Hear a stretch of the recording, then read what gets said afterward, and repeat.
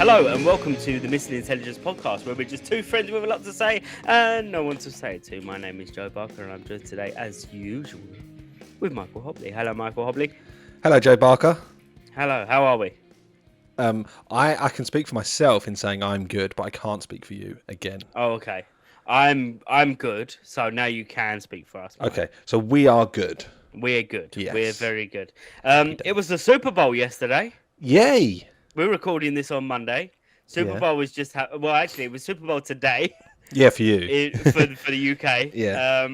I stayed up and watched it as I usually do. Yeah. It was good. It was I'll talk about the game first, and then we'll go into the controversies and the halftime show. And not that I feel like the halftime show was that controversial, but there was other controversies around it. So controversy, I think, is how it's pronounced. Oh, the controversy. Yeah. Mm-hmm. Yes. Yes. Yeah, the game was really good. It was very cagey at first. Okay. Apparently, there was a streaker. There was a streaker. Sorry, is that part of the controversy? Not really. So I haven't actually seen what was written on his back, and people were saying, "Oh, what his cryptic message actually means," and all this. To me, it looked like it was an advert. Oh. It said "travel with Athena." If I'm honest, from what I saw of that, it just looked like a QR code. Yeah. No, it said something. It said at something, which could have been like a Twitter handle or something. Yeah. And then underneath it said "travel with Athena." So I don't know whether Athena is like a travel agent of some sort or what, but yeah. And I don't like. I want to know what the term streaker implies, because I thought streaker you have to be naked, like yeah, as the day you were born, naked. If that is what we consider a streaker, the game is well and truly gone. Oh, it's gone. Yeah. Utter woke nonsense. You gotta see Dick. I'm making the wrong Fanny. Or Fanny. Or Nunny. Or Nunny. Dick, Nunny, and titties. Yeah. That's what you want to see. Yeah. Titties are a must, whether it's man or a woman. Yeah. Mm-hmm. Dick and Fanny dependent on the gender. Mm. But you have to see one, or you have to see titties, and then one or the other of the Nunny and the Willy. Yeah. Ending with obviously a bit of booty. Yeah, with a bit of booty. As it goes by, you know. Yeah. And you want a proper streaker makes the what would you call them? The guards, the security, not want to tackle them because they don't want to touch Dick. And it got to the point with this one where even one of the players wanted to tackle him. So had to tackle it, because he was not off-putting enough. So he done 80 yards, Mike. He done 80 yards, which I think is probably more than the Patriots for the whole game. Maybe the Patriots should have taken their shirts off. I think the Patriots are probably going to sign him after that display. Maybe that's what was written on his back. Cause I want to be professional, but I can't do with all the gear that you wear. Yeah, exactly. Yeah. I just want to go not butt-ass naked. I'm going to go fucking not streaking. Yeah. No, just gonna definitely not. They don't classify streaking. I didn't see no dick. No. Yeah, where's the dick at? Oh, where's the dick? The game's gone. Ah. Back in my day, you had dicks left, right, centre. Oh, it's great. Everybody used to watch the Super Bowl for the dick. Yeah. Yeah, and if there was a vagina, it was no. Women in the men's game, shocking. Yeah, no, that's not on. Go do your own sport. Go play netball. Yeah. Streak. Yeah. Go in football. We want to see dick. Yeah. That's going to get some hate off of some Americans. There's probably actually. Yeah. In recent months, actually, Americans have been our top listeners, so we probably should pander to them like our leader is to their leader. Yeah. I'm sorry. I'm sorry. Oh, you can have Greenland. Yeah. You can have Greenland. You can have Dick in the game. It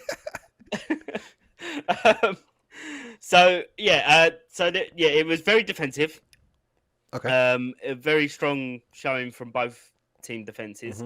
Mm-hmm. Not a very good outing for the Patriots forwards. I think their offensive line really let the team down. Okay. There was some really poor passing from their quarterback as well. I know the quarterback was going in with supposedly an arm injury, which is not what you want from someone who literally that's all they use. Yeah. Was it the arm he plays with though? I don't know. I believe so. If they brought it up as an 50-50, arm 50-50. injury, yeah. Well, maybe it might be like he can just do it with both hands. Oh, maybe. Like ambidextrous. Yeah. I think we both said that at the same time, and I think we both said it wrong. Ambidextrous. Yeah, ambidextrous. Oh, okay. Is that right? Yeah. I just didn't hear you because I was talking, and I think I might have said it wrong. Yeah. Yeah. Maybe we should shut up when we're trying to talk. Maybe, yeah, maybe. No, I think it makes for a more entertaining podcast if we keep trying to talk over each other. Ambidextrous. Let's see. I'm going to start talking. Here we go. So now we're going to talk about. I don't know if we're doing the ambidextrous thing right because ambidextrous is a hard word to say. Why did you stop talking? You made me feel stupid then. Because my bum went numb. I had to wiggle, and I can't talk and wiggle, Mike. That's impossible. And this is why you're a bad streaker. And this is why the game's gone. The game's gone. Fuck it. VAR. Get rid of it. So yeah, the defensive. I can't remember what I was talking about. The Patriots. He had an. I think he had an arm injury. He had no. Yeah. His passes were very inaccurate. There was a couple of opportunities where the receivers were in open space, and he just couldn't get the ball to them. But he did take a lot of hits because the defensive line was basically non-existent. But again, I think it was a bit of a mix between a very poor defensive line and a very good defensive line from the Seahawks. Seahawks won in the end. Spoiler alert. Oh, I can't remember the exact. I was going to watch it. Oh no! Shocking. Oh no! I can't remember the exact score. It was a blowout by the end. Hold on. Seahawks. They won by 29-13. Oh. Is that good? There wasn't is that a usual score? Not for a Super Bowl. That's a bit of a blowout for a Super Bowl. Although last year there was a big blowout at the Super Bowl as well. So maybe it is starting to become a common theme. Okay. But there was no touchdowns in the first half whatsoever. Is that unusual? No, that's not good. That's only happened 5 times in a Super Bowl. So it is unusual. It is unusual. Yeah. Okay. Oh, I thought you said is that good? No, I said is that unusual. Oh, it's unusual. It is unusual. Fucking ears, Joe. Well, I was talking, Mike. Well, if we both didn't talk together, then we could do it together, That's and then right. maybe we could just shout. Yeah. Just like the good old days. When the game hadn't gone. Yeah, when the game was relatively hit. And the game was just coming in back then. Yeah. Question. Yeah, go on. What's your question? How many times did Taylor Swift turn up? None. Oh, so she didn't win anything this year. No, her boyfriend wasn't playing. Oh, that's a shame. Yeah. Oh, sorry, fiance. They're engaged now. Oh. You should know that, Mike. Because no, I do. But I thought that the Super Bowl was her thing now. Oh no, only when her boyfriend's playing. Oh, but it's Taylor Swift. But you wouldn't go to. You're into football, Mike. You wouldn't go to the FA Cup if West Ham aren't playing. That's why you've never been to an FA Cup. Oh, actually. Tell me, have you been to an FA Cup final, Michael? I've watched an FA Cup final in which West Ham are playing, but I haven't actually been to an FA Cup final because I couldn't get tickets. When was West Ham in the FA Cup final? Don't bring it up. Don't talk about the war. Oh, is that when you lost to Man United? Liverpool. Yes. Yes, I do remember this. Okay, I will take it back, Mike. Yes. But you still wouldn't watch an FA. You still wouldn't watch an FA Cup without West Ham in the FA Cup. I have done. I watched the Chelsea United one. Yeah, Chelsea though, isn't it? You wanted to watch a proper team. Oi. Still doesn't take away from Taylor Swift. Should have been there. Tay was not there. Tay was. You know who else wasn't there? Who else wasn't there? Well, us. Oh, we weren't there. You know who else wasn't there? I was there in spirit. You know who else wasn't there though? Who wasn't physically there? Not there? Who wasn't there? Barry down the road. Oh, is it? Yeah. You know who else? Seriously, like who else? Go on. Donald J. Trump. Donald J. Trump was not at the. Yeah. Do you know why? because he I didn't want to see a non-American halftime show, right? Oh, see, I read that it was because he went to last year's and he left early because the game was too long. Ah, did he not know? Because he too thinks that the game's gone, Mike. No, He said he said thinks the it's game too is much too of a. long. It rhymes. I see the misstep there, but Well, look, let's jump over to his feet. The game's too long. The game is gone. See, there you go. That wow, was we had from Donald Donald Trump on the Trump. fucking Yeah, on podcast. the pod. It's crazy. That was a quote. No AI used at all. That was actually Donald J. Trump. Yeah. He didn't sound anything like he usually does, but No. anywho, He is unwell, to be fair. he is unwell. He's got a bruise yeah. on his hand, so bless him. From fighting all the hate. Yeah. Anyway. Anyway, Mike, yes. So the halftime show was. I thought I wasn't very excited going into it. Mm-hmm. I'm not. Because you're racist. Yeah, because I'm a massive racist. Because fuck Puerto Rico or wherever he's from. Wow. They're all the same. They're all the same. Southern Americans. Game's gone. I hate Mexicans the lot. Wow. No, I've never really listened to his music, and when he got announced that he was going to be doing the Super Bowl, I did give it a listen. Mm-hmm. It wasn't really my cup of tea, but listen, I watched the Super Bowl halftime show, and I got to give it to Bad Bunny. It was fucking awesome. Oh, was it? The spectacle was incredible. It was a proper party vibe. Right. Yeah, it was just really good. There was a few cameos. So some of the smaller cameos were Jessica Alba, Pedro Pascal, and Cardi B. They were in a bit of a dancing scene. The bigger ones were Lady Gaga. She popped up to perform I saw that. one of her new songs, and also Ricky Martin popped up I to saw that sing as well. a version of one of Bad Bunny's songs. It was really good. I thought it was really good. I think it really captured the essence of Latin America, Right, and like the Latin American culture, which is very difficult to do in what was, I think, like a 12-minute set. Right. But the set design was fantastic. The dancing was brilliant. Just overall, it was cool. It was a really, really, really cool. Like, it was visually spectacular. Okay. I did see a whole bunch of like people dancing and with flags, and at one point he was hiding in amongst the long grass. And he gave a trophy to a little kid who people thought was a kid who got deported by ICE, but was actually just an actor. Yeah, I think it was supposed to be a young version of him. Yes. Of Bad Bunny or the kid? Of Bad Bunny. Oh, okay. Of Bad Bunny. I think either that or it was kind of a little representation of the Grammy because he won 3 Grammys recently. Yeah. And I think it may have potentially been a representation of I've won these Grammys for the next generation sort of thing. Gotcha. Like this is for you. But yeah, I thought it was very good. I thought it was one of probably the best looking Super Bowl halftime shows that we've had in a long time. Is it? You talk about the long grass as well, Mike. I just want to point out that there was people in the long grass because the grass was constantly moving around the pitch to create different scenes.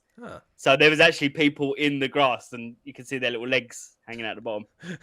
Imagine, Mom, Dad, I'm going to be in the Super Bowl. What are you going to be? Grass. Woo! That's worse than a tree. Yeah.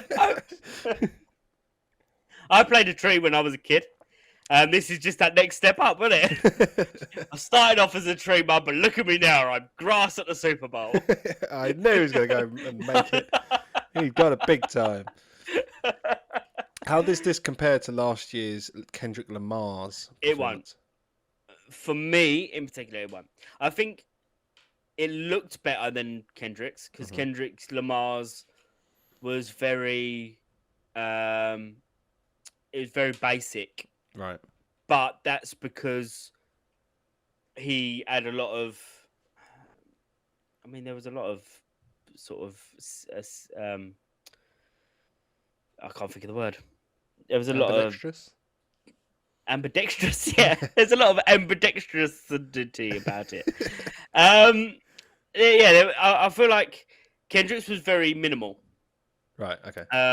Because it gave him an opportunity more to concentrate on what he was saying and his lyrics and stuff like that. And I think that was important because a lot of the stuff that he was performing was new music as well. So he wanted to kind of push that out there as opposed to put on like the kind of spectacle that Bad Bunny did. Sure. Whereas Bad Bunny was kind of more trying to push the Latin American culture and be like, look, this is what we're about, and this is how we live, and and this is how we integrate with the US, and this is why the US goes hand in hand with Latin America. But yeah, I don't think you can really compare him for that. For me personally, it's not going to top it because Kendrick Lamar is one of my favorite artists. It was one of my favorite Super Bowls of all time. So yeah, it's a tough one. But I would say lately, it would probably be a lot higher than I thought it was going to be. Okay. A lot higher. I don't know where I would put it without thinking back to the particular other ones, but I feel like, for one, I feel like I enjoyed this one more than, this is going to get a lot of hate. I enjoyed this one more than Usher's. I've heard a lot of people say that wasn't a good one. So it wasn't great. It wasn't fantastic. I liked Usher's. I feel like Usher's was a very good down the middle Super Bowl. It wasn't bad, something for everyone, but it wasn't great. Yeah, exactly. And so I like to use that one as kind of a benchmark. Rihanna's, I would say, was on the poorer side, but to give it to her, she was pregnant at the time, so kind of fair. But I would say this was probably, I found it more enjoyable to watch this than I did Usher's. But then again, I did enjoy Usher's for the fact that it was such recognizable music for me because that's what I kind of grew up on. But it's nowhere near Kendrick, in my opinion, and it's nowhere near Dr. Dre, Snoop Dogg, and Eminem, and 50. Yeah, for me, that is my favorite. I don't think anything's going to top that one for me. The Snoop Dogg and Dr. Dre one. That is just the tip top for me. Plus, it had Kendrick in it as well, so you can't. It's impossible. I haven't fact checked this, but I saw a picture that crops up every year at the Super Bowl, and it always makes me giggle. The attendance apparently at last night's Super Bowl at the stadium was about 62,000 people. Okay, yeah. Apparently, I think it was the playoff final for League One. I think it was, or it might have been a championship between Portsmouth and Sunderland. Was 82,000. Yeah. Listen, but what you've got to take into consideration with American football is, for the Super Bowl, tickets are ridiculously expensive. I did think that. Yeah. You're looking, I think, on the cheaper side, you're looking about 10 grand for a ticket. Like, so yeah, it's ridiculously expensive. So you're only going to get the absolute diehards.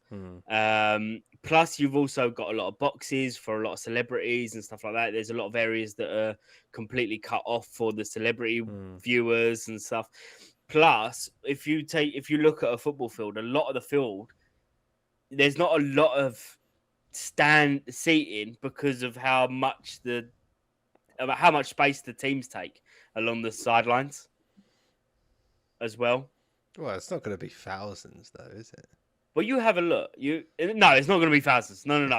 But with all their equipment and all the players and stuff like that, their touchline is huge.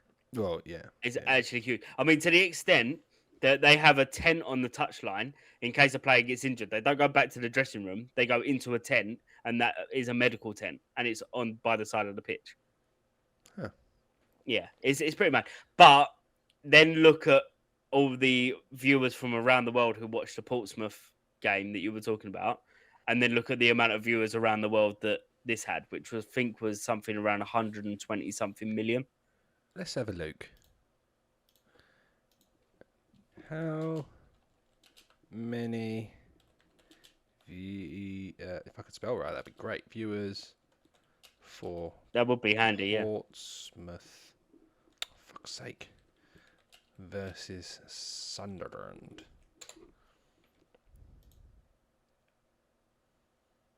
EFL trying to blah blah blah blah.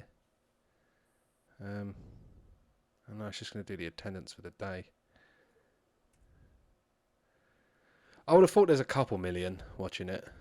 Yeah, so the Super Bowl. So this year actually hit an all-time high with. Bear with me. I'm just scrolling through this pissy article. So in the UK alone, there was 3.4 million viewers, which is pretty mad for the fact that it was literally overnight. Hold on, I can't find it. More than 120 million Americans watched the Super Bowl, so that's not even worldwide. That, then. Yeah. So that's not even worldwide. I remember it was 120 something because there was a cool little stat. So, I can't remember his name. Charlie Kirk's wife or Charlie Kirk's foundation put on an alternative Super Bowl halftime show because they didn't like Bad Bunny. Right. Because of obvious political reasons. Anyway, so they put on an alternative halftime show, which was hosted by Kid Rock. Kid Rock got I saw headlines for this, yeah. Yeah, so Kid Rock got 5 million viewers, which was 4% of the viewership from the Super Bowl. So it was well and truly a flop. Yeah. Yeah, I think I think they were hoping that everyone was going to turn off, watch Kid Rock. Why? He had one song and it was just fucking. It was another song that he fucking just done some lyrics to. Guy's a dick. I'm not gonna lie, the guy's a fucking knob. Who is Kid Rock? He's just some twat. I don't know why. I just really hate Kid Rock. Oh, he does look like a twat. He looks like a Bono. He looks like a twat, doesn't he? Yeah. And I think he is a twat. Yeah. Yeah. So, yeah. It was what shit. A cock. Yeah, so they thought that Kid Rock was out going to sell Bad Bunny. Yeah, no, no chance. Yeah, so it was bad, but yeah, I think overall it was a very, very good Super Bowl. I want to do a little shout out as well. Not that he's going to hear this. To be fair, I'd said it like it was a shout out to him. It's not a shout out to him. He might check out Charlie Puth's version of the national anthem at this year's Super Bowl because it was incredible. That guy is so fucking talented. It's unreal. Have you ever seen the video of him? So Charlie Puth is actually pitch perfect, like legitimately. Okay. He can listen to a sound and tell you the exact key that sound is. So they tested this and they done it with other things. They had like a squeaky duck. They had other things. Like Jimmy Kimmel or something. He done it on Jimmy Kimmel with a cup. Like he tapped his cup and he told him the right key. Yeah, and then he made a tune out of it. I think it was on like Lad Bible or one of those like Joe or something like that. But yeah, they basically gave him loads of random things and was like, right, what's this? And he was getting it spot on every single time. And I think that's fucking true talent, especially as a musician. Talent or autism? Each in their own, isn't it? You could be an autistic, talented man. I'm just saying. I think he's talent. I don't think he's autistic. I think he's just outright. He might be. Everyone's a bit autistic, Mike. This is 2026. Yeah, this is a spectrum. Yeah, exactly. It is a spectrum. So yeah, maybe it's a little bit of column A and a little bit of column B. Yeah. And C and D and F and G sharp. Yeah. Very good. Very good. Yeah.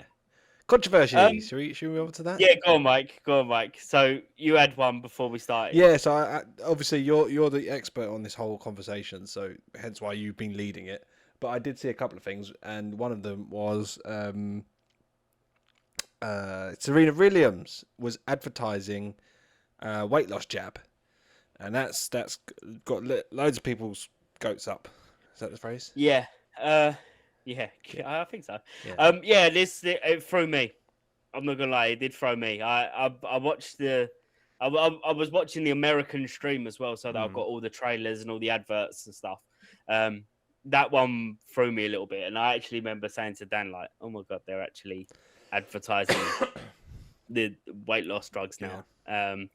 But there was a couple. It wasn't just Serena Williams, because there was another one which had quite a big cast. I think it had DJ Khaled in it.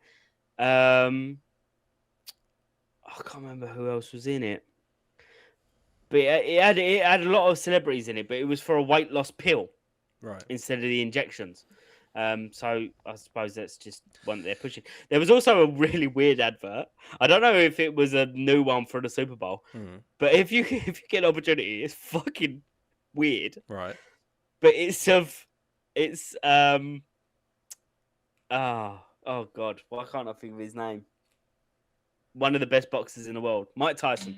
It was Mike Tyson talking about how he got obese and he went on to eating healthy foods, and it was an advert just to eat healthy food.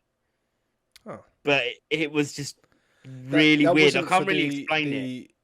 Food organization thing of America, or whatever they call it. It may well have been, yeah. But it was just, if you get an opportunity, give it a watch. Yeah. It's just a very weird advert. And but just on the Tyson's weight loss really weird as well. But yeah, go on.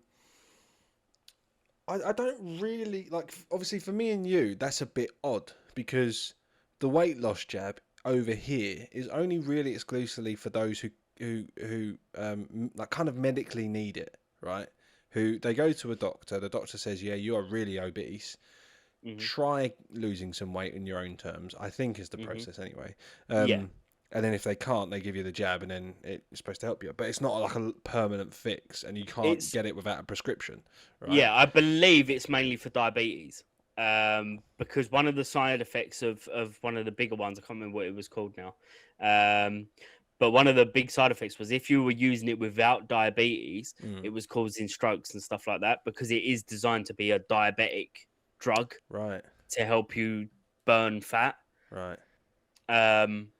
Yeah, I mean, I'm not. It was supposed to inhibit you wanting to eat food. It might be a little bit of both, but I'm sure it does also help break down fat. Oh, okay, fair. I think yeah. So, like from our perspective, that whole narrative or that whole world of weight loss jabs is a prescription-based thing you get from the doctor, based on your circumstances. Whereas in America, they're very much like, if you can pay for it, you can have it. You know, in terms of pharmaceuticals. Yeah, but well, in America, obviously, they don't have a national healthcare. Yeah. So although we don't tend to buy drugs that we need, obviously we'll pay a prescription. Yeah. We'll pay for our prescription if we're not on the dole. Yeah. And we will basically just go by what the doctor prescribes. Whereas in America, you don't have that. So there is a lot of adverts for a lot of drugs. Yeah. There'll be loads of stuff. So it'll be like, if you are diabetic, they'll be like, try. There might be an advert for metformin, and be like, use our version of metformin. It does this, it does this, it does this. And obviously, by law, this is where that funny thing comes from. That by law, they have to list every single side effect, even if it's only occurred once. They have to list it in the advert, and then it's like, oh, it may cause your pancreas to explode, and for you to die. Like may cause death. But yeah, it's because you go to a doctor, they tell you what they think you should do, and then you go out and you pick the drug that you want to use. Yeah. And a lot of the time, this is where fentanyl come from as well. Not to get too deep into this, but I watched a movie called Pain Hustlers, which is really good, and it's about where the fentanyl epidemic come from, and it's because the creators of fentanyl were basically giving the doctors backhanders to push their drug. Yeah. Because then obviously they make more money, and that's why big pharma is such a huge thing in America. Because there's so much money to be made. Yeah. Well, this is the point I'm trying to make. Those kind of adverts is commonplace in America, and essentially, if you can pay for it, you can have it. You don't necessarily. Obviously, some drugs you kind of would need a prescription, but you don't necessarily need a prescription to buy certain drugs or certain like treatment things. No. So I don't really get. I'm curious to know whether or not the controversy is with Americans or if it's with those who aren't American watching it. But yeah, and it's a bit. I feel like weird it's probably Serena Williams was. You would have thought it'd be someone who was known to be bigger and used it, and then like a Rebel Wilson. Yeah, or like like Melissa McCarthy. Yeah, or someone like Demi that. Lovato, I'm sure she must have used it at some point. Yeah, or Ariana Grande, you know. Yeah. She's on more than that, man. I don't know what she's on. Yeah, she's on literally no food diet. She's got try starvation. It's really good.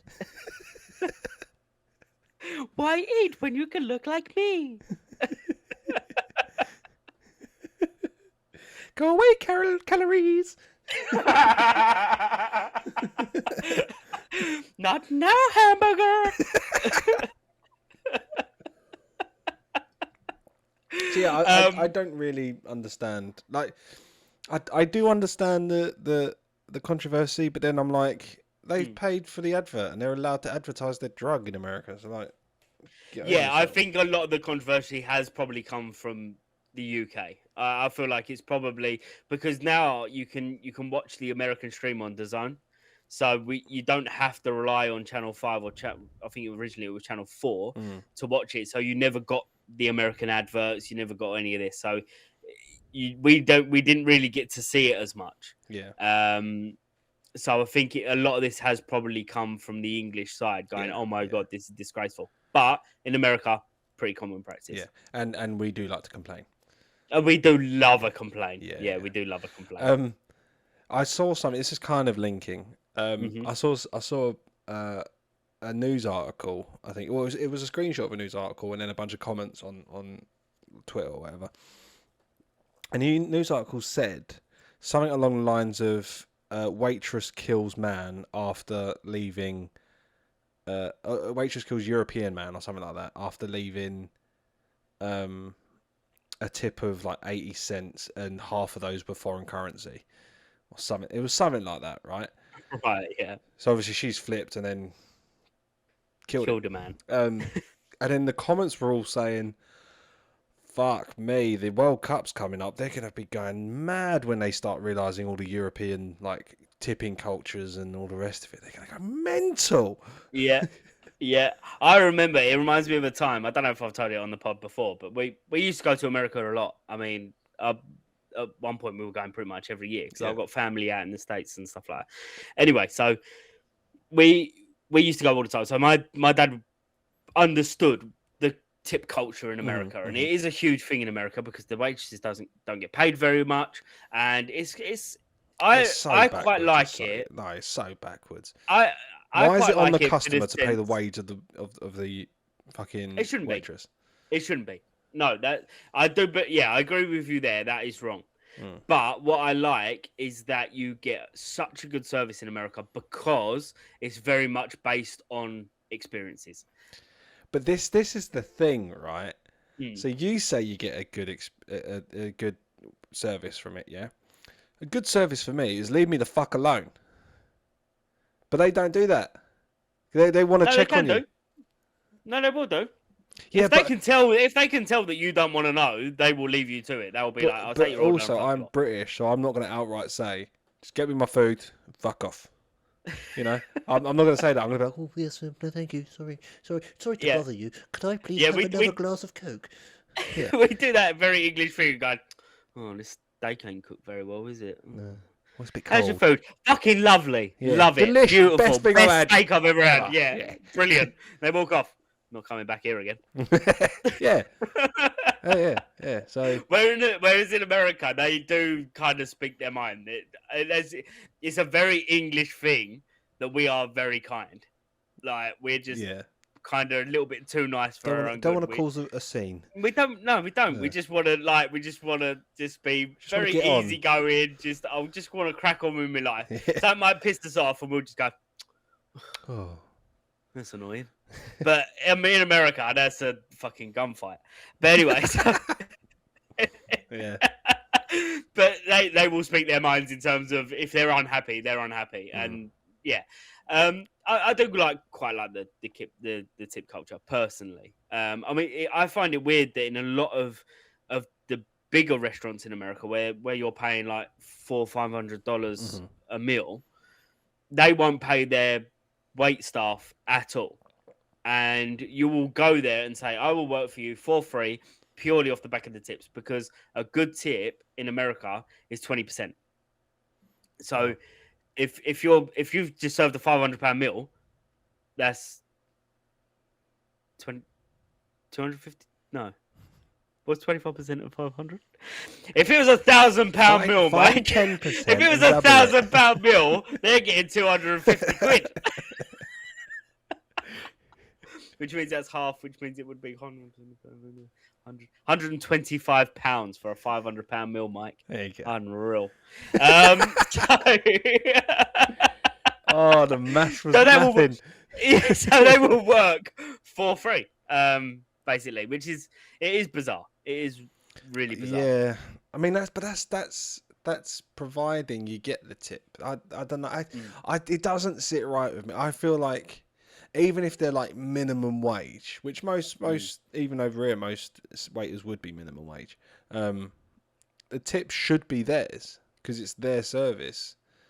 Or even like 90% theirs and 10% the restaurants, or at least because this is something I was learning in my course. Actually, you can have a contract set up where it would be you will get paid not £1,000 in a month, or however much you get in tips.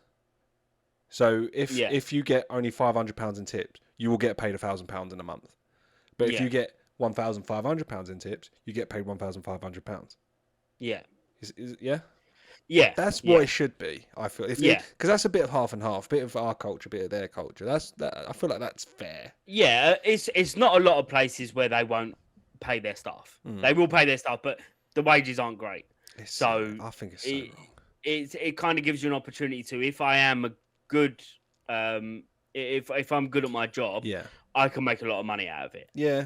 Which I think it is quite good in that respect, because it kind of entices you to push hard and do a good job. And I think that's why when you go to a lot of restaurants, especially in the more touristy places like Orlando and places like that, the staff are just incredible because they want your tips. What I do find weird is that if you've had a bad experience, you still tip, but you tip badly. That's what I don't get. If I've had a bad experience, why the fuck am I still paying you? Yeah. That's the one that really weirds me out, because I think it's like a 5 or 10% tip if you've had a shit experience. No. Which for £100 meal, that's still $10 or $5. Like, no, I remember seeing a picture of, again, it was another waitress saying how much you should tip if you've had good service, and it was something like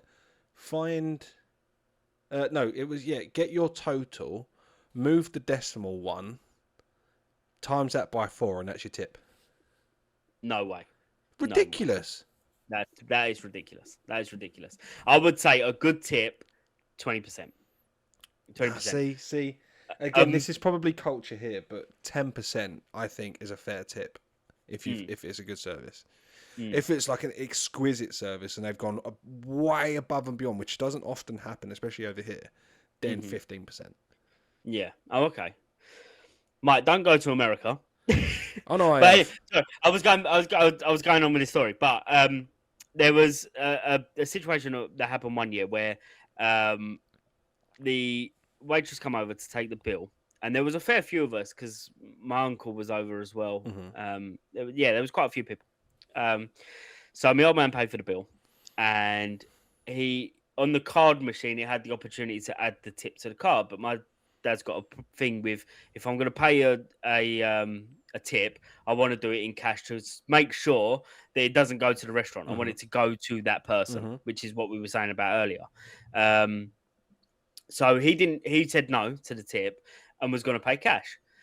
Anyway, so she goes off and she comes back over with the manager, and the manager goes, "Hello, sir. You're probably not accustomed to American customs." Yeah, that's probably not what he said. But it is customary to. He loved the word custom. The guy. It's customary to pay a tip, and man went off on one. He went, "How fucking dare you?" I don't think he swore. Yeah. How bloody dare you? He's English.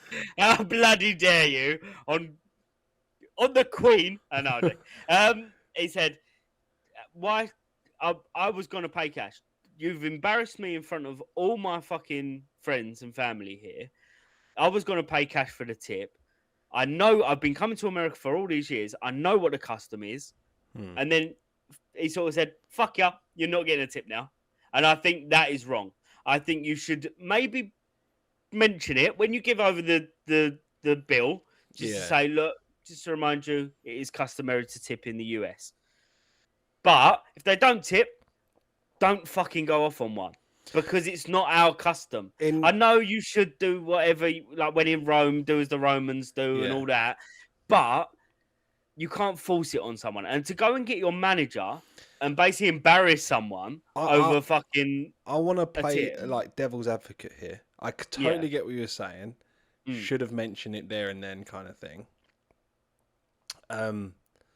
But your dad also, when he handed the card machine back over, should have gone, "I'll pay the tip in cash." Yeah. Or even, maybe. "Here's the card machine.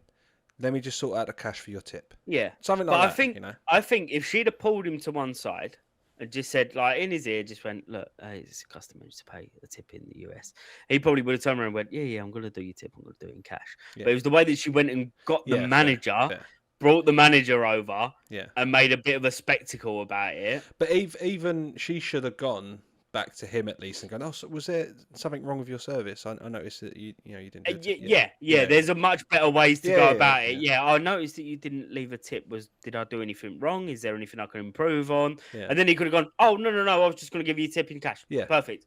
Job sorted. Yeah, fantastic. She's gone about it in a nice way. She said, "Oh, is it me that's the problem?" And kind of.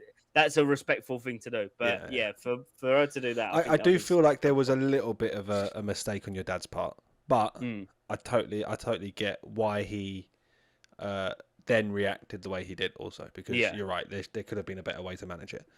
With a bit of decorum, a bit of dignity, a bit of good old British decorum. Yes, yeah. Damn Yanks! No, I love you. Really, don't stop listening to us. I don't. You can fuck off. Whoa, Michael! Game's gone. Oh no! Oh no! We're not keen on your president. I'm gonna put that out there. Yeah. Because he's trying to fucking charge us for shit. Yeah, he's a silly sod. But you guys, the guys listening to us right now, you're our favourite Americans. Yeah. Unless your name's Chad. Yeah, no. If you're a Chad, message us so we can go, "Ooh, that's a weird name."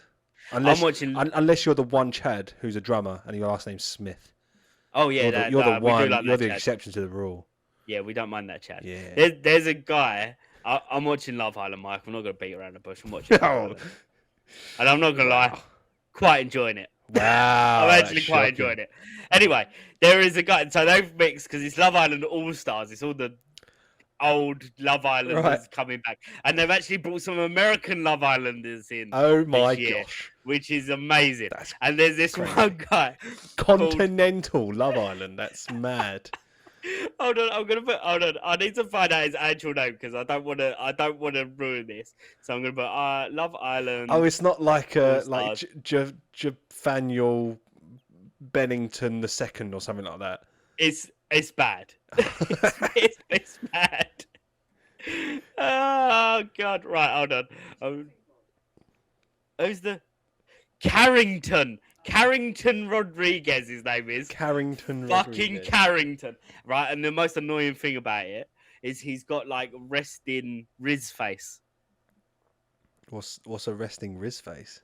You know what a Riz face is when you're trying to put on a bit of Riz? No. Like, okay. It's what kids do these days when they think that they're cool. It's bollocks. Right. They just use your normal face if you're pretty. I mean, me and you can get away with it. Yeah. Just our normal face. We don't have to. Yeah. Do all that. No. Anyway, but he's got resting Riz face, so he'll be sitting there and he'll be talking to someone. He's like, "You're so damn beautiful," and it's really fucking jarring, and it's really fucking annoying. And someone called him out the other day on it, and he actually went back to his normal face, and I was like, "I knew it. I knew he was putting on a fucking Riz face the whole pissing time." So yeah, but Carrington Rodriguez. What is it with Americans naming their children with a surname? Oh, what's this shit on the telly? Also, meanwhile, Joe's like, oh my God, did he just say that? I just said, I'm not gonna lie, I'm actually enjoying it this year. I've put it out to the masses that I'm enjoying Love Island. Good, it's good. When you actually appreciate the fact that they're all thick as dog shit, like you can actually quite enjoy it. Right. No, I'm still not gonna. Dan's leaving the chat, which is something that happened on Love Island. You wouldn't get Mike, you're not a Love Islander like we are. Yeah. Yeah. I feel so left out. I'm going to cry myself to sleep. Yeah, with your resting Riz face. Yes. But it's very annoying. Yeah, not a fan. Not a fan of the. It's the bite in the lip. It's the bite in the lip. If you want to see a resting Riz face, we'll clip this bit, Mike, and we'll put it on the socials. Oh. So that everyone can see what a Riz face is. Oh. Because I feel like me and you have nailed the Riz face. We're doing the Riz face. Oh wow! I've never felt more. I've felt this is more uncomfortable than the Jewish talk last week. Genuinely, like this is yeah. Again, being British, I can't do it. No. I feel sorry for my Italian partner. We're trying to like sexy talk with Julia. I'm like, you look very lovely tonight. Would it be possible to see you with less clothes on?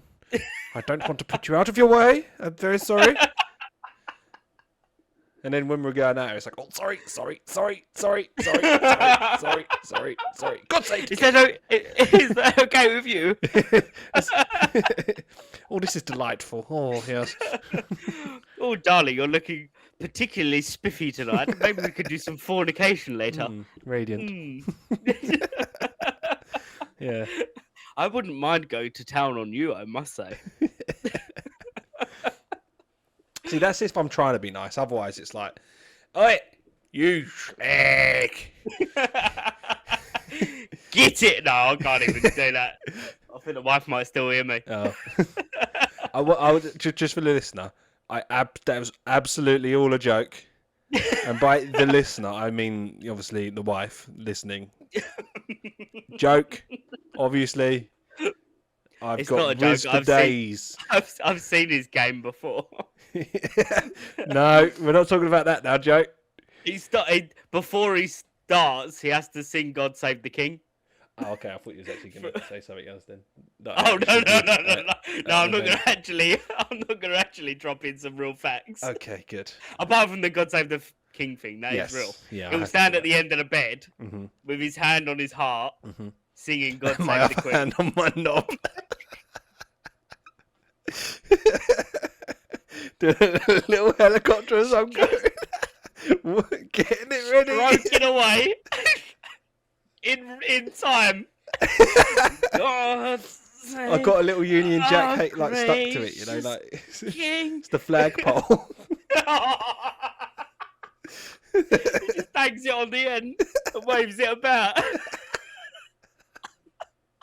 Could you imagine? He tells Julia to be quiet for it. Shh. Be upstanding for the national anthem, please.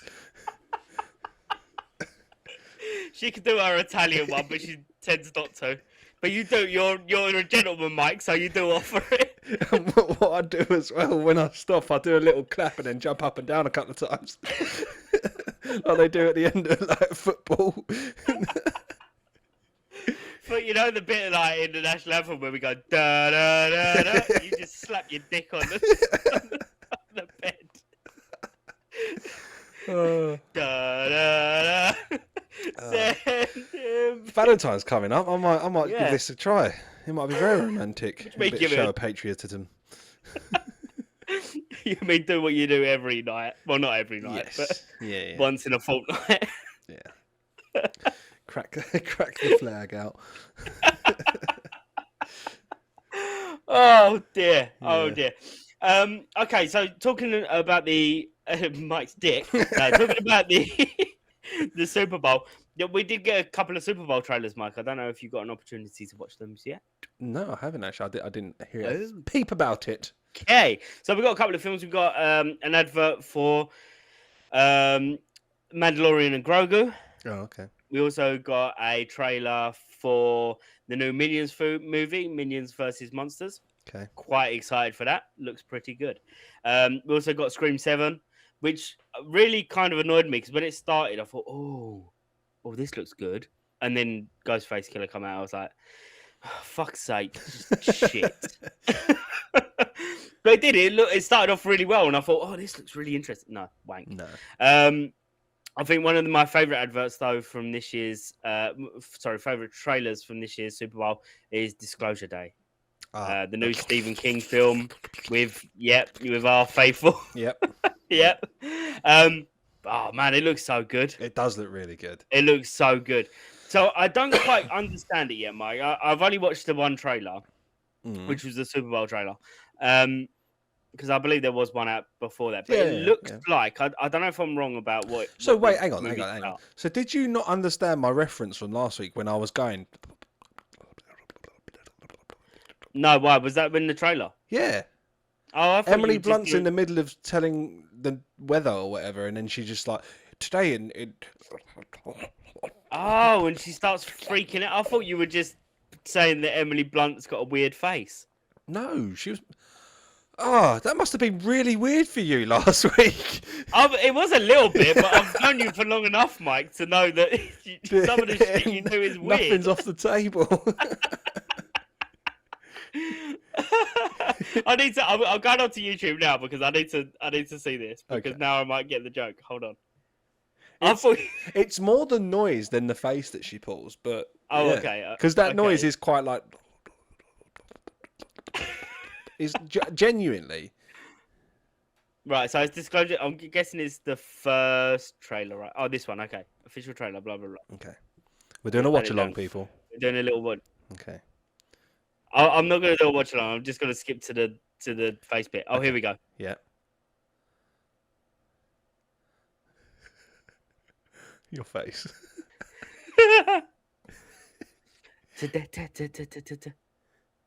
Yeah, it's kind of clicking, but it's kind of also like. Oh yeah. Oh, and then it cuts back to her, and she's like doing the noise, you know. Have you seen that bit? Have you seen it yet? I've just seen it. Yeah. Okay, I get it. I get it. See? Oh, that's funny. Fucking spot on. That was brilliant, Mike. Okay, here we go. And a little applaud to you for my disparities. Yeah.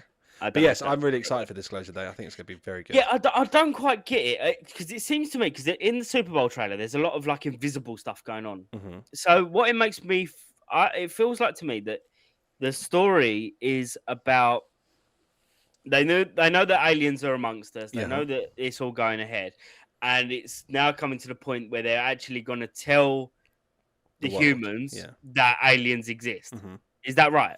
The Disclosure Day will be the day where we reveal that aliens are actually amongst us. But I get the feeling that there's going to be some kind of force not wanting to. Either there's like a different side of the aliens. Like there's two sides that want to be open and I'm an alien, and another side that's like, no, let's carry on how we are. And they might be battling out with each other. Or it's like there's some powers that be that are human that know but don't want it to come out. Right, okay. That's my assumption anyway. But either way, I'm very excited. But it does look very good. It does look very, very good. And the new trailer looks awesome. Okay, I'll give it a watch because I haven't seen it yet. Yeah, I would definitely give the Minions trailer a watch as well. I love a little bit of Minions. They're fucking brilliant. No, I'm good. But it's got a little tiny what's the big Kraken looking motherfucker? Octopus? It's got a name. No, he's got like a big squiggly beard. Davy Jones? No, not Davy Jones Michael. He's like a hold on, I'm gonna have to find it. You'll have to bear with me because Mike's not on the same wavelength. Do you know Rick and Morty? Yeah. At the end of the Rick and Morty opening sequence, they're being chased by the big creature. I can't remember. Oh, what Cthulhu? Cthulhu, that's it. That's what I'm trying to think of. Yeah, it's got a little. They try and summon Cthulhu, and it turns out that it's only a little tiny Cthulhu. Oh. And they're like, "Oh, look, little Cthulhu. It's cute." Left my. Mike's looking for fucks. Yeah, I left Mike's it in the living room. Fucks. Yeah, he's doing that old timey joke where he goes, "I'm sure I had some around here." No, I've got no more fucks to give. What I do have is one of those. Oh, he's got a middle finger. Wow. There you go. So You rude. can keep that one just for you. Thanks, man. Appreciate it. Sorry, man. Mike, have you watched anything recently? I do. I'll quickly run through it because we have got 5 minutes left. Oh, okay. I watched only 2 things: the investigation of Lucy Letby. Oh, yes, I too watched this. Mm-hmm. What did She you didn't do it. See, this is the thing. Well, I don't think she didn't do it. I don't think she'd done it purposely.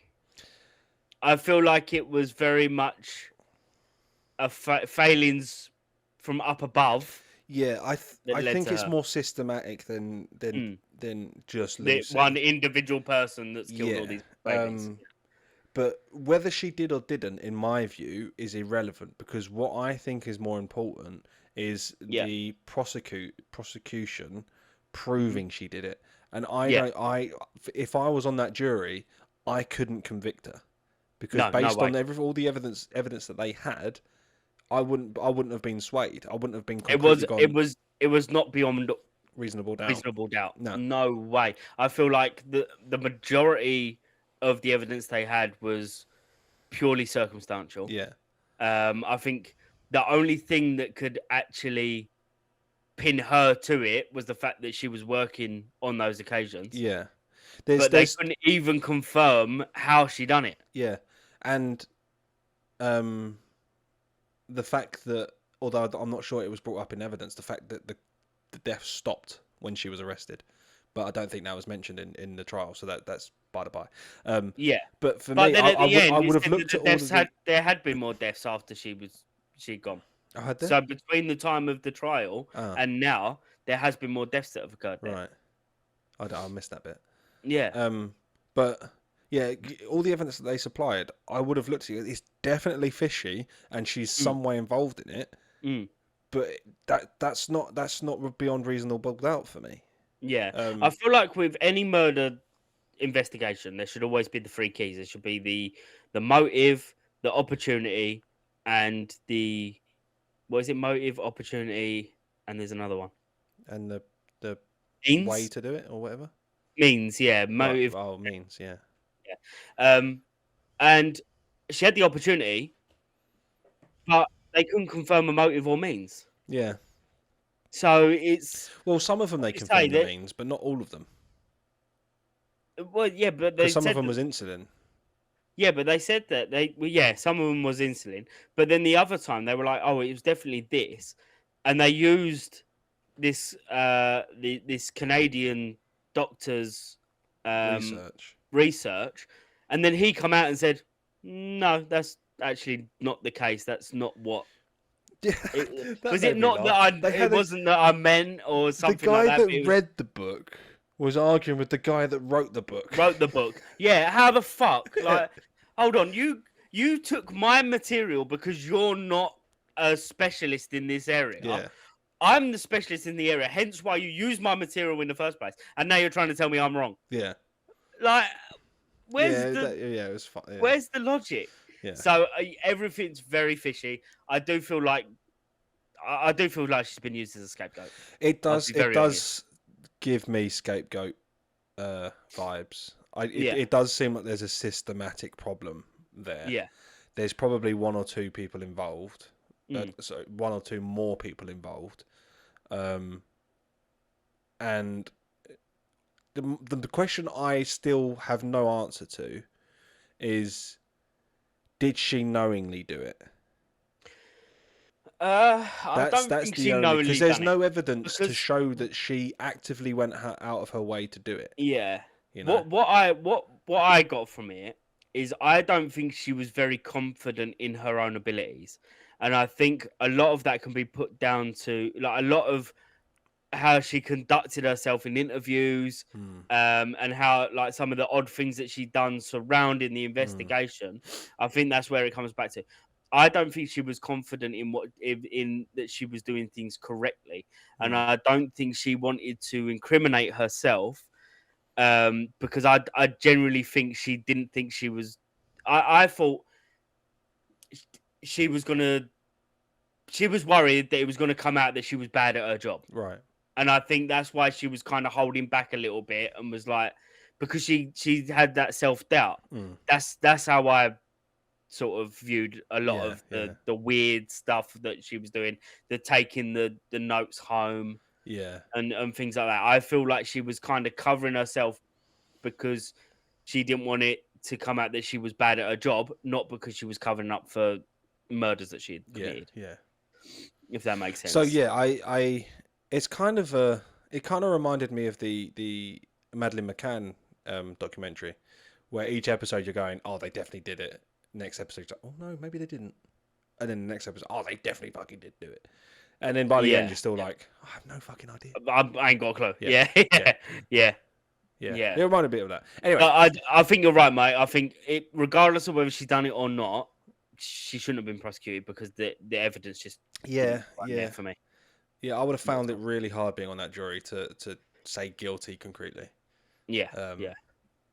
But then, obviously, we don't know the full extent of the information that was provided. That's the thing. When you watch these documentaries, every single documentary you watch, regardless of what it's about, has some kind of bias to it. There is a bias. Yeah, exactly. So we might not be getting the full picture, and there might have been something that was actually said inside the courtroom or done, the piece of evidence that hasn't been given to the public that actually was like, oh no, I've got video footage of her like strangling a baby. Yeah, like not saying that. Please don't take that into consideration. That's not what happened. Yeah, but that could have been a potential outcome, and they were like, oh, okay, that she definitely did it. Yeah, yeah, no, yeah, it's definitely fishy.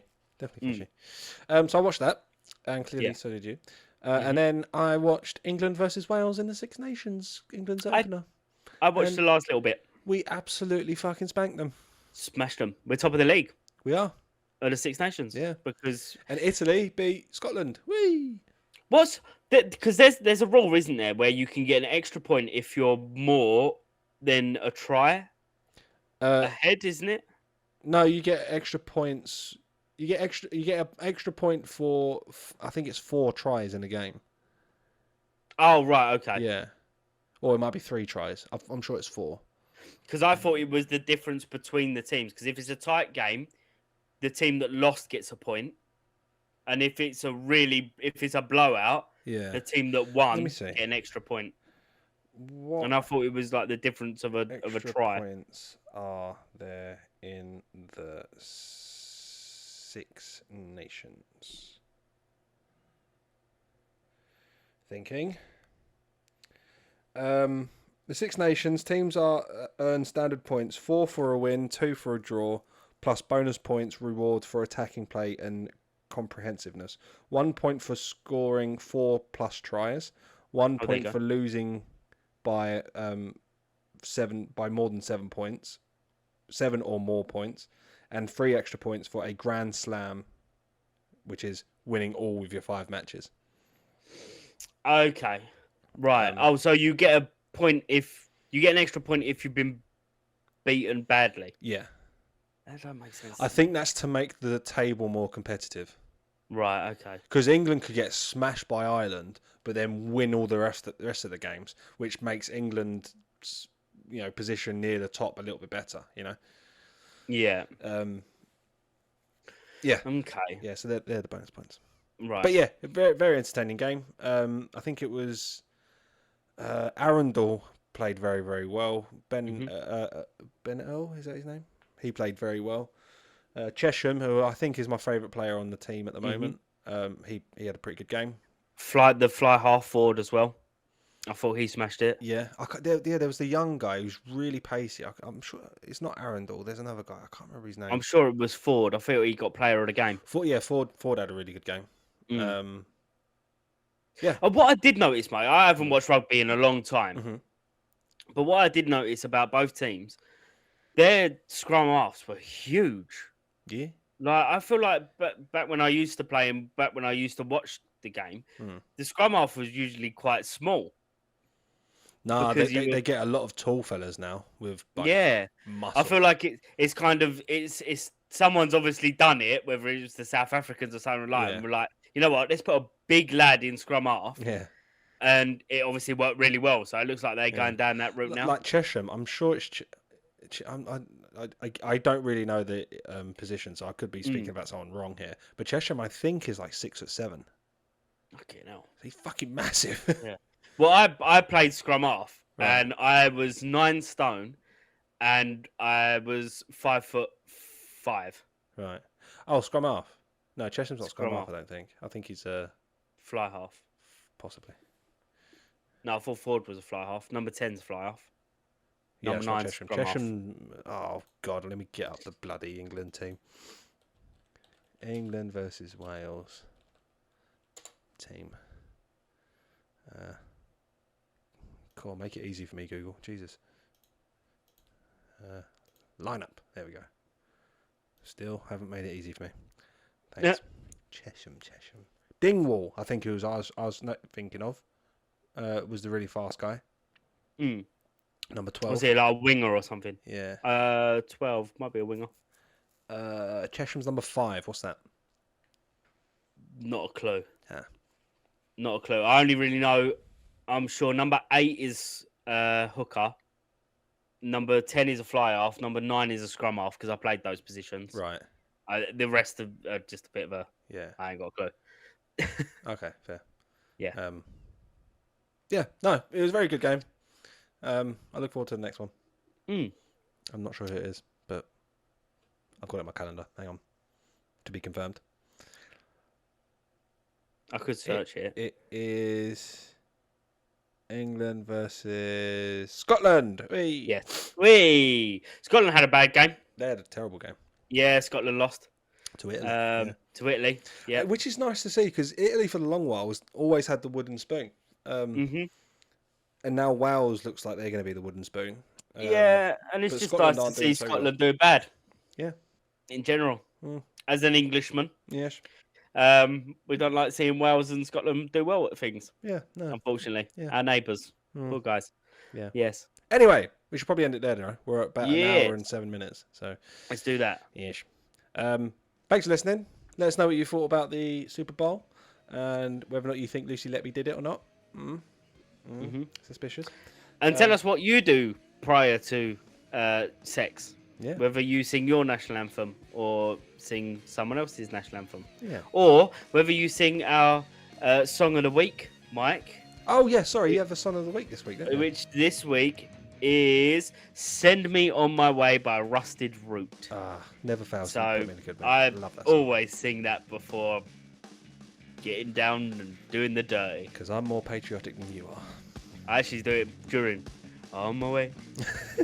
On my way. It's just the rhythm. I like to hit the man. Right. Well, you can find us on all the socials at the Missing Intel Pod. You can email us with the email address missingintel@outlook.gmail.com. You can subscribe to us on YouTube. You can follow us on Instagram and Facebook and Twitter and X or Threads. Joseph, Hi. send us away with something. No.